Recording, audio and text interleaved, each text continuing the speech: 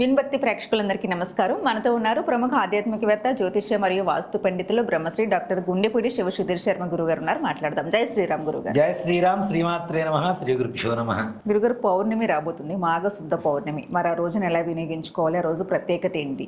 తప్పనిసరిగా నాన్న, ఇక్కడ మాఘ శుద్ధ పౌర్ణమి ఫిబ్రవరి 1వ తారీఖు. మనకి మాఘమాసమే చాలా విశేషమైనటువంటి మాసం. ఆదివారం ఇంకా విశేషమైనటువంటి రోజు. ఆదివారం వచ్చింది మాఘశుద్ధ పౌర్ణమి. అలాగే మనకి పుష్యమే నక్షత్రం కలిసి వస్తుంది పౌర్ణమి. ఇక్కడ చూడండి ఎంతమంది దేవతల అనుగ్రహం. అంటే ఒక్క రోజులో మాఘ పౌర్ణమి అధిపతి మఖా నక్షత్రం. ఆ రోజు వస్తుంది, మధ్యాహ్నం దాకా సాయంత్రం దాకా పుష్యమి వస్తుంది. ఓకే, పుష్యమే నక్షత్రం. అట్లాగే శని అధిపతి వస్తుంది ఆదివారం. మాఘమాసంలో ఆదివారం. సూర్య భగవానుడు అధిపతి. పౌర్ణమి చంద్రుడు అధిపతి. ఇంతమంది అధిపతులుగా ఉన్నటువంటి ఒక రోజు, ఒక మాట చెప్పాలంటే మాఘ పౌర్ణమి చాలా అద్భుతమైన తిథి. చాలా చాలా విశేషమైనటువంటి రోజు. పౌర్ణాలలో శ్రావణ పౌర్ణమి ఎంత, కార్తీక పౌర్ణమి ఎంతో, మాఘ పౌర్ణమి కూడా అంతే. మనం పురాణాలలో మాఘ పురాణం కూడా ఉంది నాన్న. మాఘమాసంలో 30 రోజులు 30 అధ్యాయాలు తప్పనిసరిగా మాఘపురాణం ఎలా పుట్టింది, ఎక్కడ పుట్టింది, ఆ కథలు ఏంటి అనేది మాఘపురాణం. అష్టాదశ పురాణాలలో 18 పురాణాలలో మాఘపురాణం కూడా ఒకటి మనకి. అట్లానే ఈ మాఘమాసంలో వచ్చేటువంటి ఆదివారమే చాలా విశేషం. సూర్య భగవానుడికి ఇష్టమైనటువంటి రోజు. అందులో పౌర్ణమి రావడం చంద్రుడికి ఇష్టమైనటువంటి రోజు. పుష్యమే నక్షత్రం కలిసి రావడం శనీశ్వరుడికి ఇష్టమైనటువంటి రోజు. ఆదివారం సూర్య భగవానుడికి ఇష్టమైనటువంటి రోజు. ఇక్కడ ఇంతమంది దేవతలకి నిలయమైనటువంటి రోజే మాఘ పౌర్ణమి. మాఘ పౌర్ణమి రోజున ఏం చేస్తే బాగుంటుంది అంటే, ముఖ్యంగా చెప్తున్నాను, ఎవరైనా సరే సంవత్సరానికి ఒకసారి సత్యనారాయణ స్వామి వారి వ్రతం చేసుకోవాలనుకుంటే మాఘ పౌర్ణమి రోజున చేసుకోండి. చాలా విశేషం నాన్న. ఇక్కడ మనకి సత్యనారాయణ స్వామి వారి వ్రతంలో కూడా కొన్ని మాసాలు చెప్తారు. ప్రతి నెలలో పౌర్ణమి రోజున వ్రతం చేసుకోమని చెప్తాడు అవకాశం ఉంటే. అవకాశం లేనటువంటి వాళ్ళు మాఘవే మాధవే మాసి అని చెప్పి ఇది చెప్తుంది. మాఘమాసంలో తప్పనిసరిగా చేసుకోవచ్చు అని చెప్తుంది. కార్తీక మాసంలో కానీ, వైశాఖ మాసంలో కానీ, మాఘమాసంలో కానీ ఒక వ్రతాన్ని చేసుకుంటే చాలా మంచిదని చెప్పి వ్రత కథలో కూడా ఉంటుంది మనకి. ప్రతి నెలా చేసుకోలేనటువంటి వాళ్ళకి, సంవత్సరంలో ఒకసారి చేసుకునే వాళ్ళు ఉంటారు కదా, వాళ్ళకి మాఘ పౌర్ణమి చాలా విశేషమైనటువంటి రోజు. ఈసారి మాఘ పౌర్ణమికి ఎవరైతే వ్రతం చేసుకుంటారో వాళ్ళకి సంపూర్ణమైనటువంటి ఆరోగ్యం లభిస్తుంది, చంద్రుడు మనశ్శాంతి లభిస్తుంది. అట్లానే పుష్యమే నక్షత్రాధిపతి అయినటువంటి శని భగవానుడు అనుగ్రహం కూడా పరిపూర్ణంగా లభిస్తుంది. దీంట్లో ఏమాత్రం కూడా సందేహం లేదు. అలాగే ఇంకేమైనా చేయవచ్చా అంటే, దీన్ని ఈ మాఘం పౌర్ణమిని ఆదివారం వస్తే మాఘాల ఆదివారం అంటారు. మాఘమాసంలో వచ్చే ఆదివారాన్ని మాఘాల ఆదివారం అంటారు. తప్పనిసరిగా నన్ను మాఘమాసమే సూర్య భగవానుడికి ఇష్టమైంది, పౌర్ణమికి ఇష్టమైంది కాబట్టి ఆ రోజున అవన్నీ చేయొచ్చు, వ్రతం చేసుకోవచ్చు. దాంట్లో ఏమాత్రం కూడా సందేహం లేదు. లేదా సాయంకాల సమయంలో లలితా సహస్రనామ పారాయణ చేసుకోండి. మణిద్వీప వర్ణన పారాయణ చేయండి అమ్మవారిది. లేదు సౌందర్య లహరి పారాయణ చేయండి. లేదా తప్పనిసరిగా ఆదిశంకరాచార్య స్వామి ఇచ్చినటువంటి మనకి ఈ సువర్ణం బంగారం కురిచేటువంటి కనకధారాస్తవం ఉంది కదా, అది పారాయణ చేయండి. లలితా సహస్రనామైన మణిద్వీప వర్ణనైనా, అలాగే మనకి కనకధారాస్తవమైన, లేదా సౌందర్య లహరైన, వీటిల్లో ఏది పారాయణ చేసినా పౌర్ణమి రోజు ఉండేటువంటి నిండు చంద్రుడి కళలన్నీ కూడాను మనకి, మన ఇంట్లో కుటుంబ సభ్యులకు అందరికీ పరిపూర్ణంగా అందుతాయి. దాంట్లో ఏమాత్రం కూడా సందేహం లేదు. ఇలా 4-5 కలిసి ఒక చోట కూర్చొని పండు వెన్నెల తులసికోట దగ్గర కూర్చొని లలితమ్మవారి ఫోటోని, ఏ అమ్మవారి ఫోటో అయినా సరే పెట్టుకొని మొత్తం పారాయణ చేస్తూ ఉంటారా, ఇంకా మహద్భాగ్యం. పారాయణ చేసి అమ్మవారికి చక్కగా పాయసం నివేదన పెట్టి, పౌర్ణమి రోజున చంద్రుడికి అమ్మవారికి నివేదన పెట్టి చక్కగా ప్రసాదం భుజించండి. అందరూ మీ చుట్టుపక్కల వాళ్ళు కూడా పెట్టండి.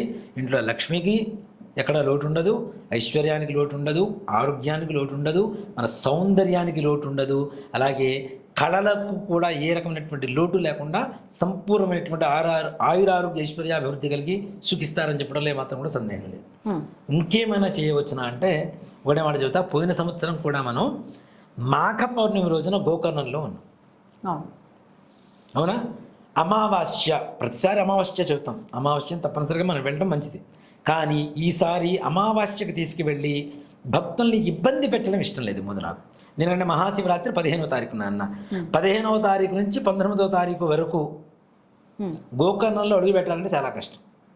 రోజు కనీసం 70,000 మంది 1,00,000 మంది దాదాపు వస్తారట రోజు, ఒక్క రోజులో. ఒక శివరాత్రి రోజున ఇంకా విపరీతంగా చెప్పడానికి అవకాశం లేదు.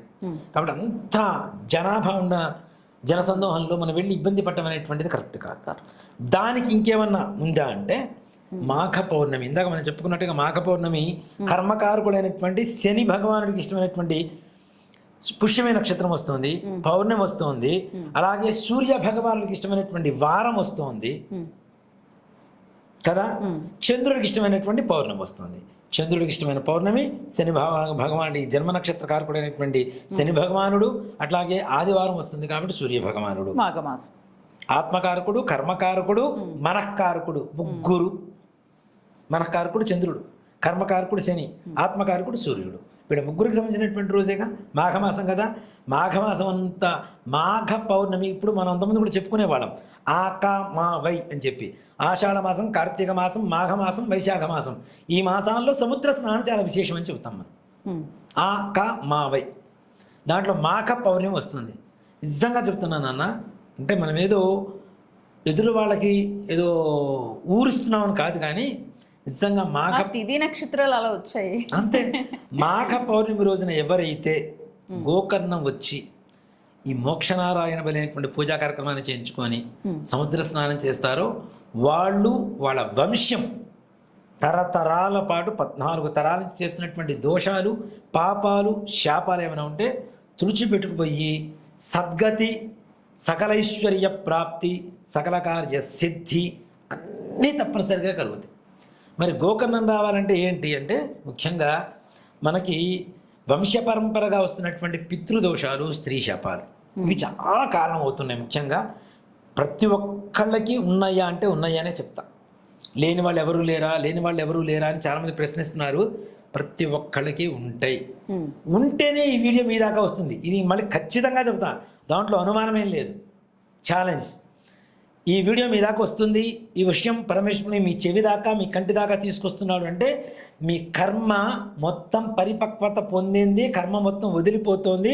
రాబోయేటువంటి రోజులు మంచి రోజులు రాబోతున్నాయి. మాఘమాసం మంచి రోజులతో ప్రారంభం అవబోతోంది మీకు పౌర్ణమి. కాబట్టి అంతవరకు శివుడు సంకల్పం చేశాడు కాబట్టి మీ దాకా వస్తుందని చెప్తాను.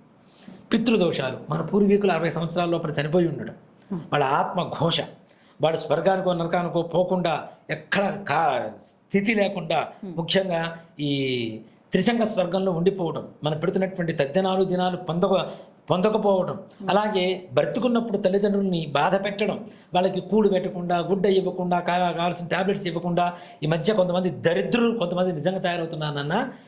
ఆడవాళ్ళు కూడా అత్తనేమో ఇష్టం వచ్చినట్టు కొట్టి తన్ని కింద పడేస్తున్నారు, కొడుకులు కూడా తల్లులను పడేసి తన్ని కింద పడేసి తంతున్నారు. ఎంత పాపం అంటే రీసెంట్ గా చూస్తున్నాము. రౌరవాది నరకాలకు పోతారు. ఇప్పుడు చెప్తున్నా, రౌరవాది మహానరకాలకు పోతారు.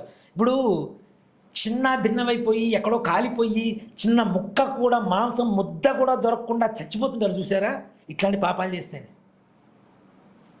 తల్లిదండ్రులను బ్రతుకుండగా వాళ్ళకి అన్నం పెట్టకపోగా, వాళ్ళకి కావాల్సిన మందులు ఇవ్వకపోగా, ఇంట్లో గూడు ఇవ్వకపోగా, ఇంట్లో ఉండడానికి ఒక్క నిజంగా ఈ మన అనాథాశ్రమం, వృద్ధాశ్రమానికి వెళ్తుంటేనన్నా వాళ్ళ ఆవేదన వింటుంటే కళ్ళలో నీళ్లు గిర్రని తిరగాల్సిందేనన్న, తిరగాల్సిందే.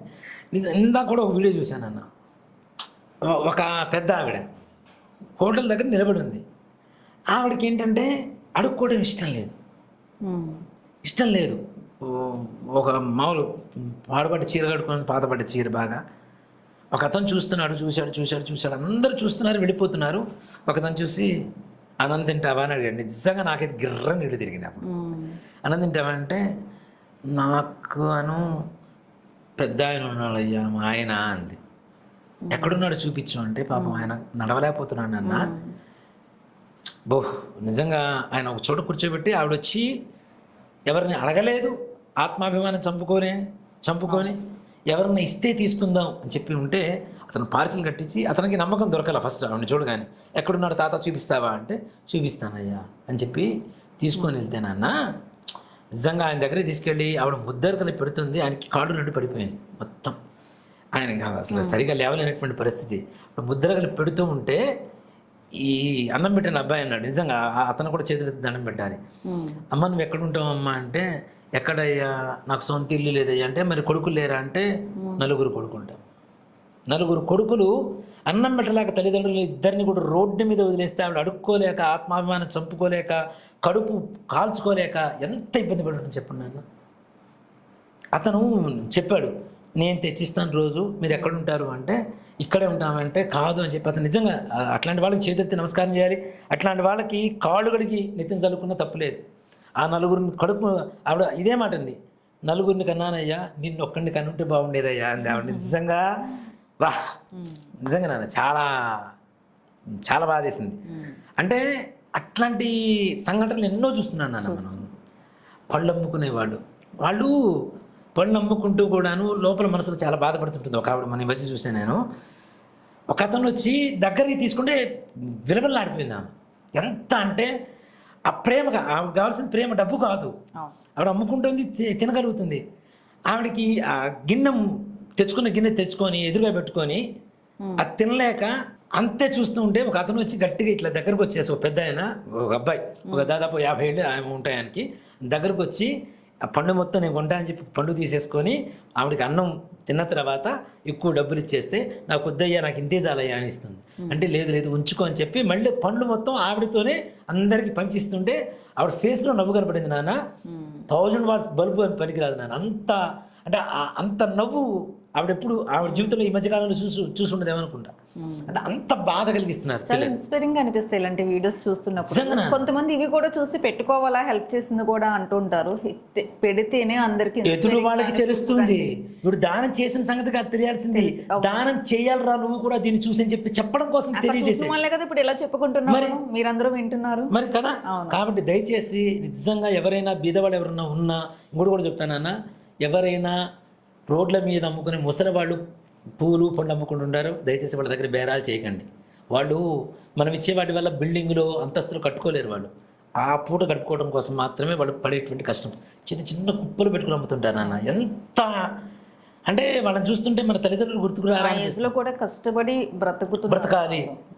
ఇంట్లో మగవాళ్ళు కరెక్ట్గా ఉంటే, మంచిగా ఉంటే, వాళ్ళ ఆరోగ్యంగా ఉంటే వాళ్ళు కష్టపడాల్సిన అవసరం లేదు నాన్న. ఇంట్లో వాళ్ళకి హెల్త్ పరిస్థితి బాగుండక, కొడుకులు చూడక, రెస్ట్ తీసుకోవాల్సిన పరిస్థితుల్లో కూర్చొని వచ్చి ఆవిడ ఆ ముష్టెత్తడము లేదంటే అమ్ముకోవటము, అసలు ముష్టెత్తలేక అలాంటి పనులు చేయలేక ఎంతో గొప్పగా బ్రతుకున్నప్పుడు 10 మందికి భోజనం పెట్టినటువంటి వాళ్ళు తినడానికి భోజనం లేక, 10 మందికి గూడు కల్పించిన వాళ్ళకి గూడు లేక బాధపడేటువంటి వాళ్ళు చాలా చాలా మంది ఉన్నారు. దయచేసి నిజంగా అంటే నేను ఒక లక్ష్యంగా పెట్టుకుందాం అనుకున్నాను. ఇట్లాంటివన్నీ చూస్తున్నప్పుడు నాకు కొన్ని అనిపిస్తాయి. లేదు మనం ఏదో చేస్తున్నాం, దేవత గుడి కడుతున్నాం, ఓకే మంచి పనే, కానీ ఇలాంటి వాళ్ళకి గుడి కడితే, ఇలాంటి వాళ్ళకి ఏదైనా గూడు కల్పించినా, ఒకప్పుడు భోజనం పెట్టగలిగినా నిజంగా అమ్మవారు మనల్ని అనుగ్రహిస్తుందని సంపూర్ణంగా మించిన పుణ్యం ఎక్కడొస్తుంది, ఎలా వస్తుంది కదా, అది నమ్ముతా. కాబట్టి దయచేసి పిల్లలు ఏదో ఒకటి చేద్దాము అని చేయాలి నాన్న. తప్పనిసరిగా ఒక రెవల్యూషన్ అనేది తీసుకోవాలి.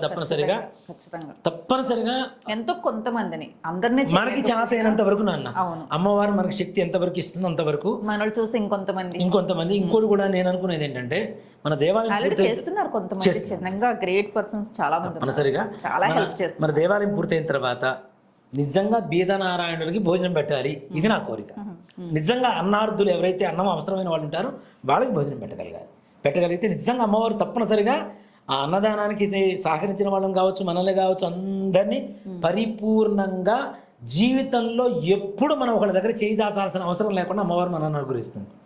అలాంటి పరిస్థితులు తీసుకొస్తున్నటువంటి కొడుకులు ఉన్నారు. వాటి వల్ల పితృశాపాలు వస్తున్నాయి. తల్లిదండ్రులు బాధ పెట్టడం వల్ల, చచ్చిన తర్వాత తద్దినాలు పెట్టకపోవడం వల్ల, మన తద్దినం పెడితే తీసుకుంటారా అనుకునేటువంటి వాళ్ళు చాలామంది ఉంటారు. నువ్వు పెట్టేటువంటి 1 సంవత్సరానికి 1 రోజు పెట్టేటువంటి ఆ నువ్వులు కలిపిన చిన్న పిండం కోసం కాకి రూపంలో నీ వాకిలి దగ్గర ఎదురు చూస్తున్నటువంటి తల్లిదండ్రులకు నిరాశ కల్పిస్తే నీకు కలిగేది రౌరవాది నరకాలి.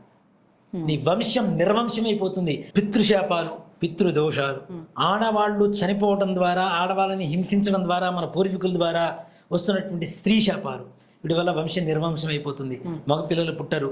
రాను తరాల్లో ఏ రకమైనటువంటి వృద్ధి జరగదు. వీళ్ళు కూడా ఉత్తాన పతనావస్థలు, పడుతుంటారు లేస్తుంటారు, పడుతుంటారు లేస్తుంటారు. వ్యాపారం కావచ్చు, ఉద్యోగం కావచ్చు, విద్యలో కావచ్చు, వివాహం కాకపోవడం, అయిన వివాహం సవ్యంగా లేకపోవడం, వివాహమైన సంతానం లేకపోవడం, కలిగిన సంతానం ఆరోగ్యవంతంగా లేకపోవడం, మూర్ఖులుగా తయారవడం, మొండితనంగా తయారవడం, వ్యసనపరులుగా తయారవడం, ఇవన్నీ కూడాను పితృదోషం, స్త్రీ శాపం వల్ల కలుగుతున్నాయి నాన్న. అంతేకాకుండా ఇంకా ఇప్పటికీ చాలామంది మాకు పితృదోషం ఉందని ఎలా తెలుసుకోవాలి అని అడుగుతున్నారు కదా. ఇలానే అడుగుతున్నారు. ఒక్కటే చెప్తున్నా, పితృదోషం ఉందా లేదా అని తెలుసుకోవడానికి నా దగ్గరికి అపాయింట్మెంట్ తీసుకొని రాకండి. ఈ వీడియో మీరు చూస్తున్నారు అంటే 100కి 110% మీకు పితృదోషమో, స్త్రీ శాపమో, పితృశాపమో తప్పనిసరిగా మీ వంశపరంపరగా మిమ్మల్ని పట్టి పీడిస్తోంది. ఇది గుర్తుపెట్టుకోండి.